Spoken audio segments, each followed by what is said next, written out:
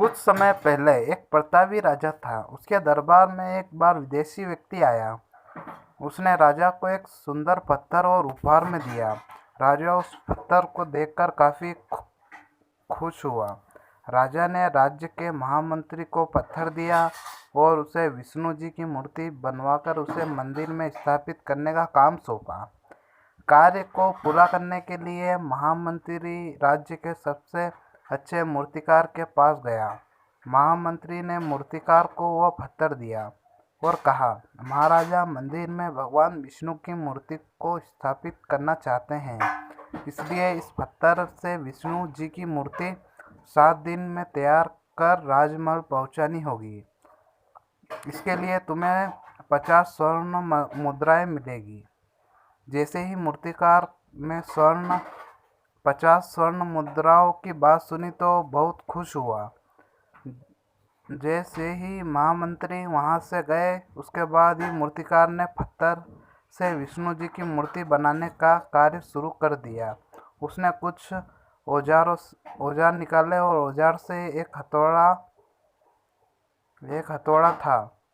मूर्तिकार ने हथौड़े से पत्थर पर मारा, लेकिन वह पत्थर कई बार हथौड़ा चलाया लेकिन पत्थर नहीं टूटा। इसी तरह मूर्तिकार ने 50 बार पत्थर पर हथौड़ा मारा। मूर्तिकार ने 50 बार अपना अंतिम प्रयास सोचकर ही हथौड़ा चलाया।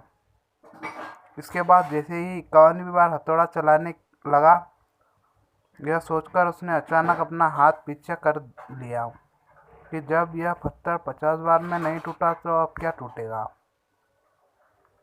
मूर्तिकार ने वह पत्थर लिया और महामंत्री को वापस करते हुए कहा कि यह पत्थर तोड़ना नामुमकिन है, इससे विष्णु जी की मूर्ति नहीं बन सकती।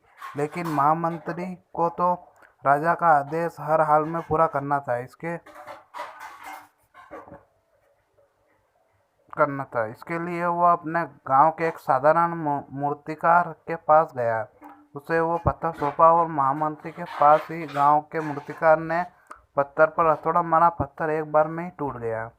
उसके बाद वो मूर्तिकार विष्णु जी की प्रतिमा बनाने में जुट गया। वह देखकर महामंत्री ने सोचा कि अगर अब पहले वाले मूर्तिकार ने एक आखिरी बार और कोशिश की होती तो वह मूर्ति बनाने में सफल हो जाता और 50 स्वर्ण मुद्राओं का हकदार हो जाता।